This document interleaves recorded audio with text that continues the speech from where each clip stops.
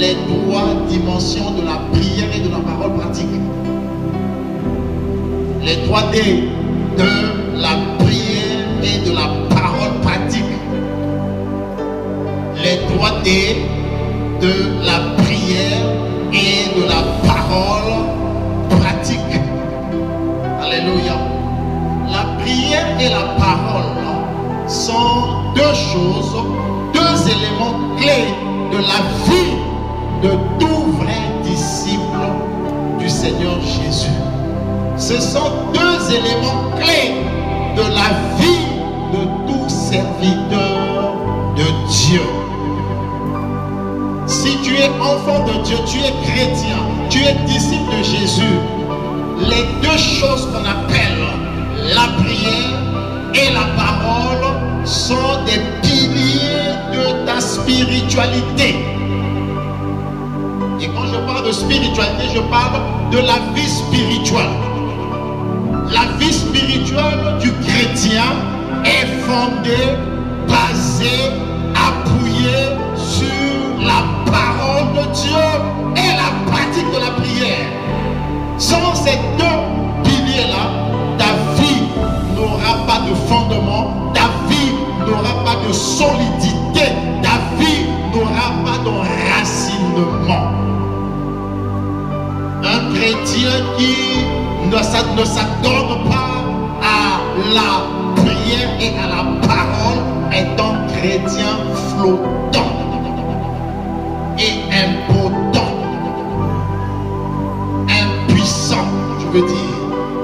Tout chrétien qui ne s'adonne pas à une vie de prière et de parole, ce serait un chrétien qui sera impotent, impuissant.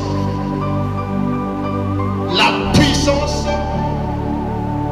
dans la vie d'un enfant de Dieu a pour fondement sa relation avec Dieu. Ça, c'est la prière. Et la parole, ça, c'est l'aliment qui donne de l'énergie. Alléluia. Si ces deux choses manquent, alors tu seras un chrétien sur lequel le diable va jouer, le diable va s'amuser et le diable va rigoler. Et ça ne sera pas ta portion de Jésus. Alléluia. La prière et la parole constituent deux piliers d'appui sur lesquels la vie spirituelle du chrétien doit être basée et bâtie. Basée et bâtie.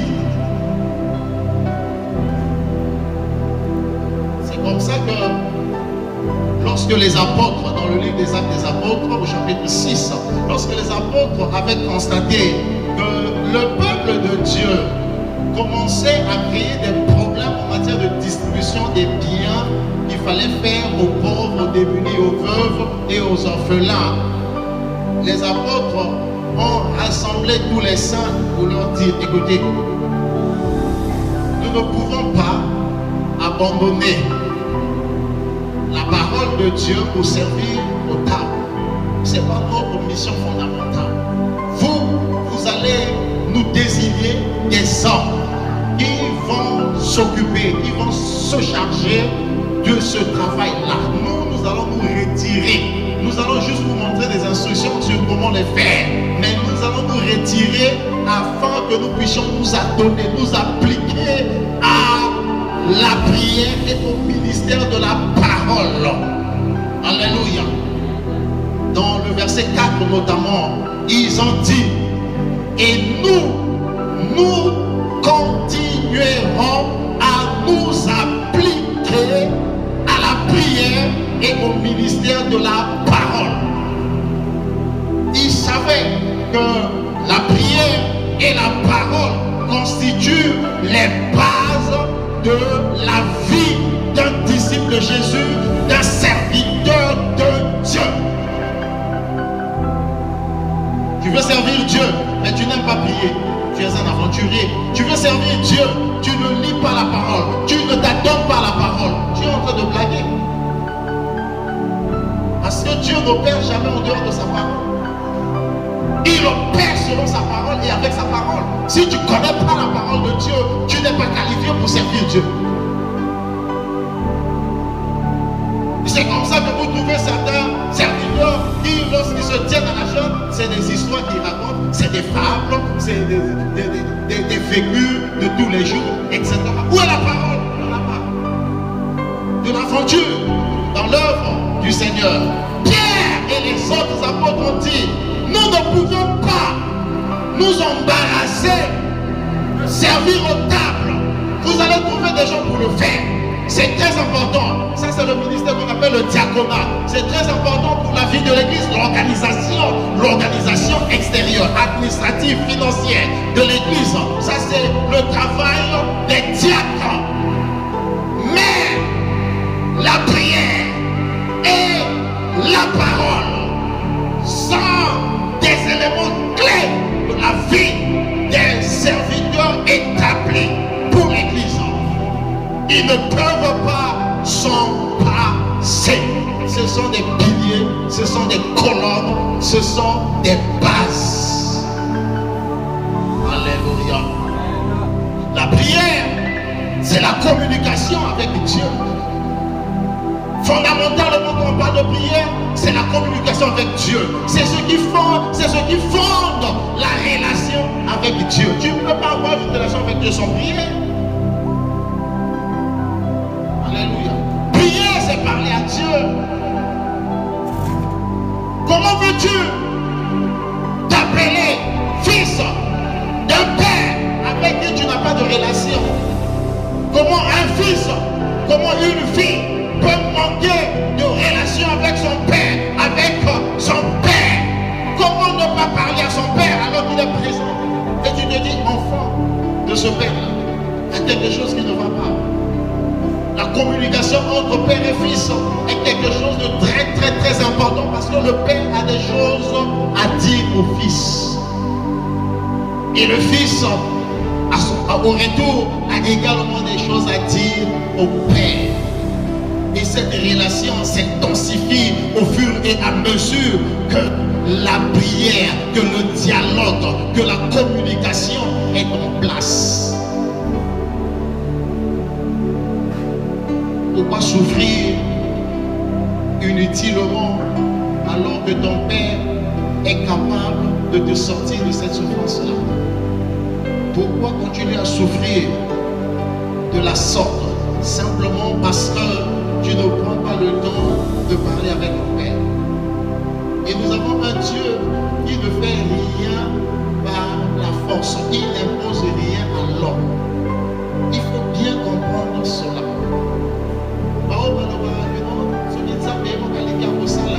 Tu te trompes. Ça m'a dit, mais dès qu'on a vie à mon il faut me permission. Il faut me donner il faut me donner salaire. Il se peut que vous séparez dans des situations. Ce qui est le boulot, vous demandez de ça. Vous évitez que la bataille se valide à Capolo. Ce qu'on lui obéissait dans le monde. Et il y a beaucoup d'hommes et de femmes qui sont des prisonniers qui aiment leur chair. Malheureusement, pourquoi sont venus pour vous délivrer et il va se retourner contre toi? C'est pourquoi Dieu ne délivre pas les gens parce que lui il veut, mais c'est quand ces gens-là l'appellent à les délivrer.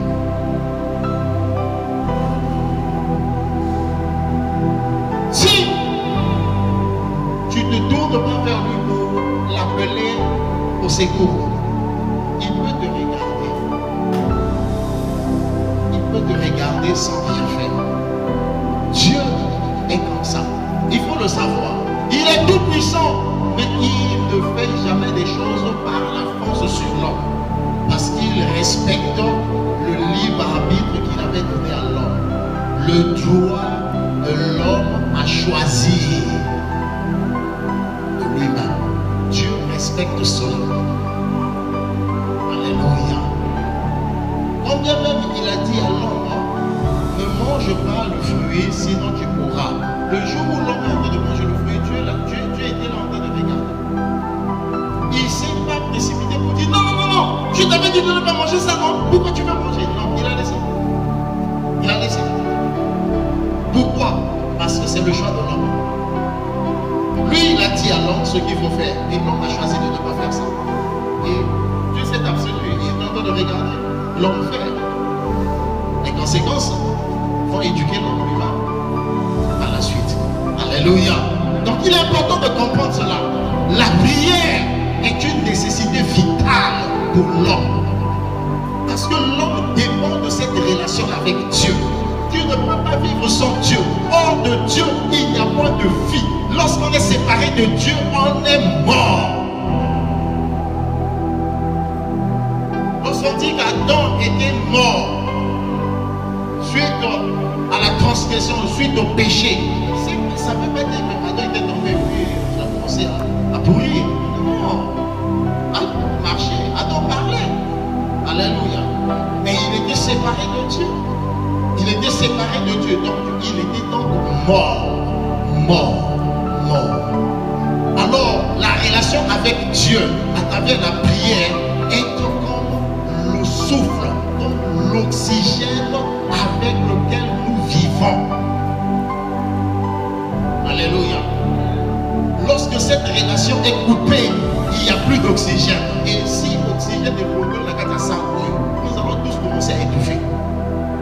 Les gens vont avoir du mal à respirer. Et les gens commenceront à tomber comme des mouches. Pourquoi? Parce qu'on n'arrive plus à respirer. Il n'y a plus d'oxygène. Il n'y a plus d'oxygène. Et c'est pareil. Lorsque la relation avec Dieu est coupée, on est privé de l'oxygène de vie. Et la prière nous aide à pouvoir aspirer tous les jours cet oxygène de la vie qui vient de Dieu. Lorsqu'on parle de la prière, on parle de l'expression de la volonté et de la sagesse de Dieu à l'homme. La parole exprime la volonté de Dieu, la sagesse de Dieu donnée à l'homme pour une vie épanouie et accomplie. La parole est la nourriture de l'homme intérieur. La parole est la nourriture de notre esprit et de notre âme, ce qu'on appelle par l'homme intérieur. Est-ce que vous avez une application pour lire pendant longtemps? Non. Alléluia. Et le Seigneur a bien dit concernant la parole que c'est la nourriture de l'homme. C'est le pain quotidien. Il dit l'homme ne vit pas seulement du pain physique, mais de toute parole qui sort de la bouche de Dieu. Voilà la nourriture principale de l'homme. La nourriture de l'homme intérieur, de l'esprit et de l'âme de l'homme. C'est la parole. Alléluia. C'est la parole. C'est la parole. Alors vous voyez que le couple, prière et parole, vont ensemble. La prière est l'oxygène et la parole est la nourriture. Et les deux permettent à l'homme de bien vivre, de bien s'épanouir et d'accomplir, d'avoir une vie accomplie. Un jour, le Seigneur se tenait au bord d'un puits en train de causer avec la femme samaritaine dans Jean chapitre 4. Les disciples sont allés dans la ville pour chercher de quoi manger. Quand ils sont arrivés à leur retour, ils ont vu Jésus comme quelqu'un qui a eu à manger. Et ils disent, mais maître, depuis tout ce temps-là, tu n'as rien mangé. Il dit, j'ai une nourriture que je dois manger que vous ne connaissez pas. Ah, mais qui t'a apporté cette nourriture-là? Et il dit, non, ma nourriture, c'est de faire la volonté de celui qui m'a envoyé et d'accomplir son œuvre. Voilà ma nourriture. Alléluia. La parole de Dieu exprime quoi? Exprime la volonté de Dieu. Dans la parole, nous avons ce que Dieu veut et ce qu'il ne veut pas. Écrit, c'est écrit. Alléluia. La parole de Dieu, c'est l'expression de la sagesse de Dieu Dieu, mises par écrit ou données oralement à l'homme pour l'aider à marcher dans sa vie et avoir une vie épanouie. La parole. Alléluia. Alors, nous ne pouvons pas nous passer de ces deux éléments clés, la parole et la prière. La parole et la prière sont indissociables. Tu ne peux pas les séparer. Tu ne peux pas. Elles marchent ensemble. La parole et la prière sont des éléments très puissants, très dynamiques, extrêmement puissants et productifs. Et tout croyant doit apprendre à les pratiquer. Tu dois apprendre à pratiquer la prière et la parole. Alléluia. C'est pourquoi nous parlons des trois dimensions de la prière et de la parole pratique. Parce que ces deux éléments-là doivent être pratiqués.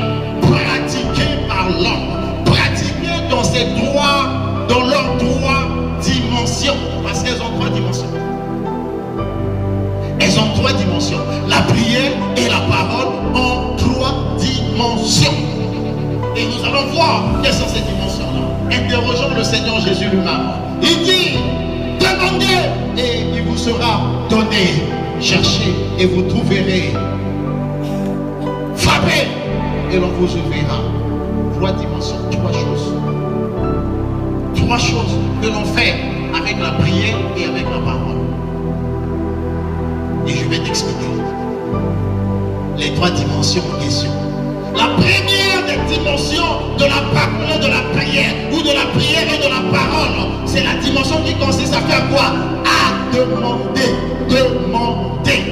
Écris cela. Demander. La deuxième dimension, c'est chercher. Et la troisième dimension, c'est frapper. Allons pas à pas. La première dimension, c'est la dimension de demander. Dans la prière, lorsqu'on parle de demander, on veut faire allusion à la dimension de la prière en tant que requête. Requête. En tant que requête ou demande, sollicitation ou supplication. Tu peux prendre tous ces mots-là. Ça revient à la même chose. Requête. Alléluia. Ça, c'est la dimension de la prière comme requête. Requête. Demandez. Et on vous donnera. C'est la requête. Il faut savoir formuler ses requêtes à Dieu. Il faut savoir solliciter auprès de Dieu certaines choses. Il faut les supplications pour recevoir certaines choses de la part de Dieu. Alléluia. On demande pour recevoir. Et si tu demandes, c'est parce que tu ne sais pas. Si tu demandes parce qu'il te manque, n'est-ce pas non? Ce que tu connais, tu ne demandes pas. Ce que tu as, tu ne demandes pas. Or, il y a des choses que tu n'as pas encore dans ta vie. Il y a des choses que tu ne connais pas encore dans ta vie. Alors il faut faire quoi? Il faut demander. Il n'y a pas de honte à demander. Il n'y en a pas.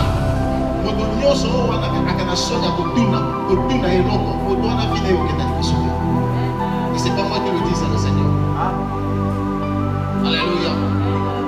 Ce qui yo, olinga kotunate, olinga kabitunate, olinga kotomondete. Alors, tu vas vivre dans le manque.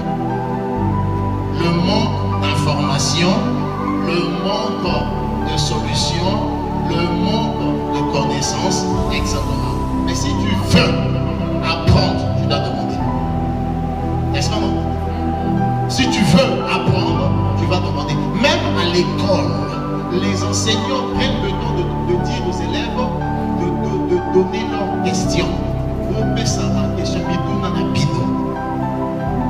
Pourquoi? Parce qu'il veut s'assurer que vous avez reçu quelque chose, vous avez compris quelque chose. Demandez et l'on vous donnera. Si tu ne demandes pas, on ne te donnera pas. Et ça, c'est le Seigneur qui le dit. Il dit, demandez et l'on vous donnera. En d'autres termes, si vous ne demandez pas, on ne va pas vous donner. Il y a des choses qui ne viennent pas à elles-mêmes. Il y a des choses pour que ça vienne dans ta vie, tu dois demander. Il y a des informations que toi tu ne connais pas, mais d'autres personnes connaissent. Si tu ne leur poses pas la question, ils ne le diront pas.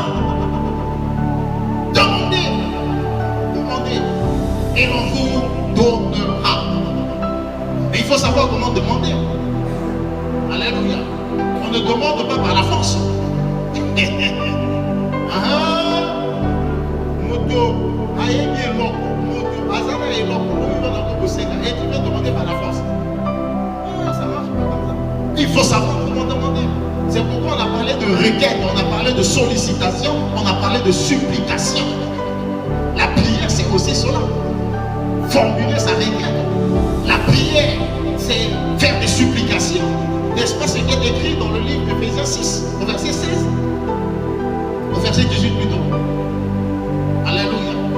La Bible parle de ces choses-là. Les requêtes et les supplications avec des actions de grâce.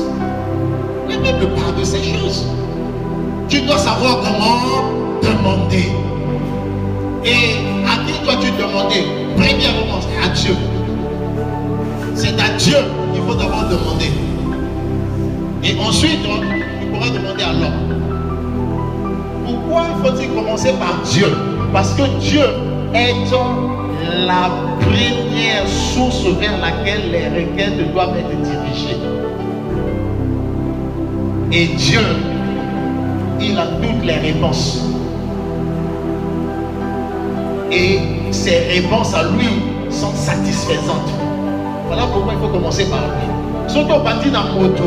Moto, ça pas forcément dans bientôt, il y a siki. L'homme peut tâtonner parce qu'il ne maîtrise pas. Il va te dire certaines choses qui ne sont pas vraiment correctes.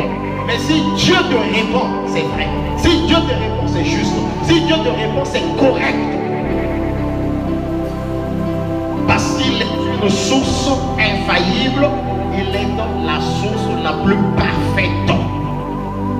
Alléluia. C'est pourquoi c'est à lui qu'il faut d'abord demander.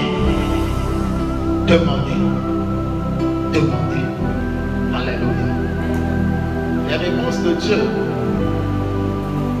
sont les réponses les plus sûres. Ceux qui ont l'information, au yo au lukata, au yebi et si gagné le koyuko soit noté, consulte Dieu. Lui il connaît. Dieu est celui qui a des réponses aux questions concernant ton passé, le passé de ta famille, ce qu'a été ton grand-père, ton arrière-grand-père, l'arrière, jusqu'au premier des ancêtres. Dieu a toutes les informations les concernant. Tu lui poses la question, il te répondra. Il peut même te ramener à vivre l'expérience dans le spirituel avec ça. Dieu est la vraie source. C'est vers lui qu'il faut se tourner. La prière a cette dimension qu'on appelle la requête. Alléluia. Demander.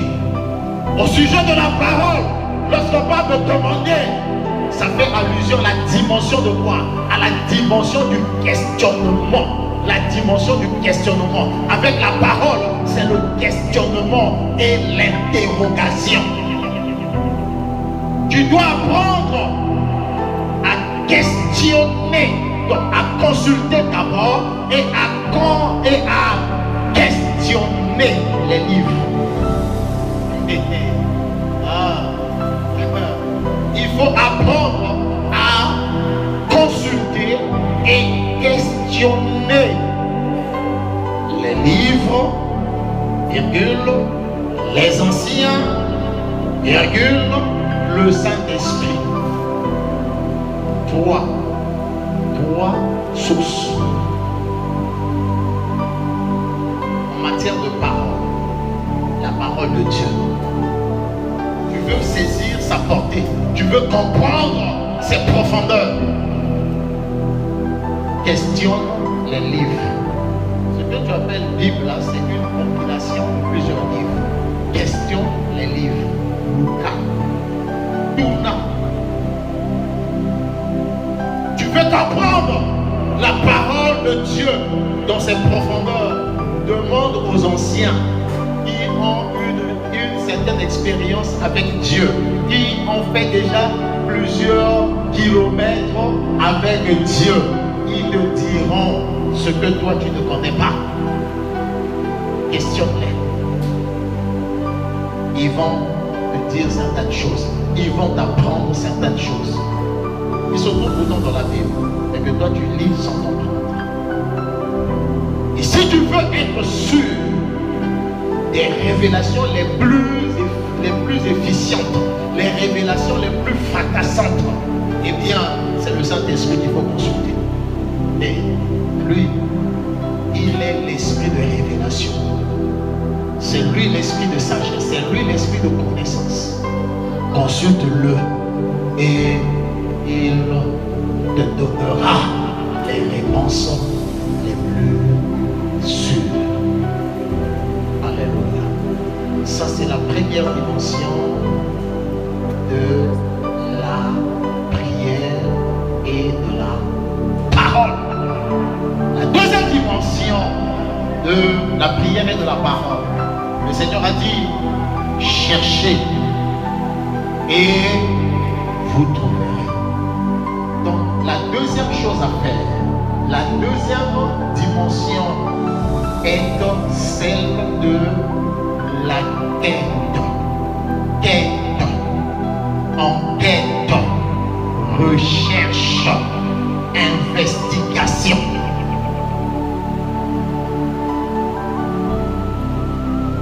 Alléluia.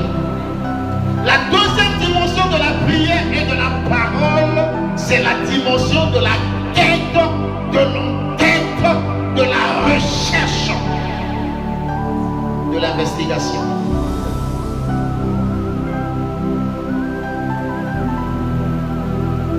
Cherchez, cherchez et vous trouverez. Cherchez et vous trouverez. Bien-aimé dans le Seigneur, ce matin je veux dire à un enfant de Dieu ici que toi, tu dois développer l'esprit de recherche. Ne sois pas un chrétien paresseux en matière de recherche. Ne sois pas celui-là qui attend qu'on vienne lui servir des choses comme ça. Ça ne marche pas comme ça dans la vie. Tu dois apprendre à rechercher. Tu dois apprendre à faire des recherches. Tu dois développer l'esprit de recherche. Parce que c'est après la recherche que l'on trouve des solutions. L'esprit de recherche t'amènera à la découverte des solutions. L'esprit de recherche va t'emmener des réponses.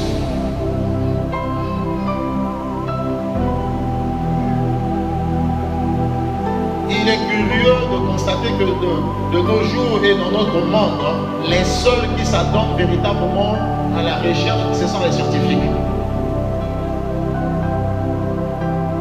Les scientifiques ne jouent pas dans le domaine de la recherche. Il y en a qui passent toute leur vie dans la recherche. Toute leur vie, à partir depuis jeune, pour parler ce qui permet d'aller dans la recherche. Pourquoi? Il veut découvrir quelque chose. Et tant qu'il n'a pas découvert, il n'arrête pas. Il continue et il continuera. Même s'il doit mourir après, il va mourir. D'autres viendront continuer ces œuvres-là, ces travaux-là, jusqu'à la découverte. Voilà comment la science fonctionne. Mais le problème de la recherche, ce n'est pas juste un problème des scientifiques, c'est le problème de tout être humain. Il y a des choses qui sont cachées dans cette vie. Il y a des choses cachées dans ce monde que seuls ceux qui savent chercher pourront trouver. La Bible a parlé d'un commerçant qui vendait, qui était à la recherche des belles perles. Il a trouvé une perle. Il a trouvé une perle de prix, de grand prix. Il est allé tout vendre pour. Je ne connais pas cela, mais c'est écrit dans le Testament. Alléluia. Dans la vie, il y a des trésors qui sont cachés. et Dieu lui-même les a cachés. Afin que n'importe qui ne puisse pas mettre la main dessus. Parce que les choses de Dieu sont précieuses. C'est pourquoi Dieu les cache. Il ne les donne qu'à ceux-là qui ont l'esprit de recherche. Et on ne recherche pas n'importe comment. Si tu recherches comme il faut, tu trouveras. Si tu viens rechercher dans le désordre, tu ne trouveras pas. Tout ce qui est précieux, tout ce qui a de la valeur, les matières premières, les minéraux, est-ce qu'on les trouve en surface? Non. Ils sont cachés. C'est en profondeur. Vous voyez des gens creuser des mines, aller dans le ventre de la terre, en train de chercher quoi? Les minéraux. Parce que les choses précieuses, les choses importantes de la vie sont cachées. Si tu ne sais pas chercher, tu ne trouveras pas. Les réponses sont cachées. Il faut chercher pour les avoir. Les solutions sont souvent cachées.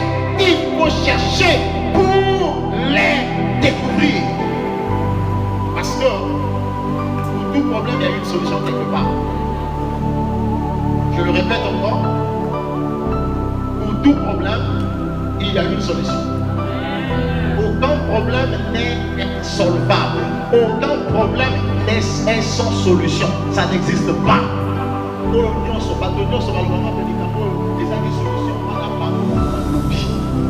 Dieu n'a jamais dit ça. Alléluia. Ce qui est ici quand solution est allée, vous mettez quand il y a des solutions. Mais ne dis pas que solution est allée. Solution est allée. Il y a toujours la solution quelque part.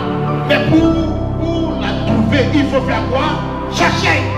Et le Seigneur dit, cherchez et vous trouverez. Cherchez et vous ferez quoi? Vous trouvez. Le résultat final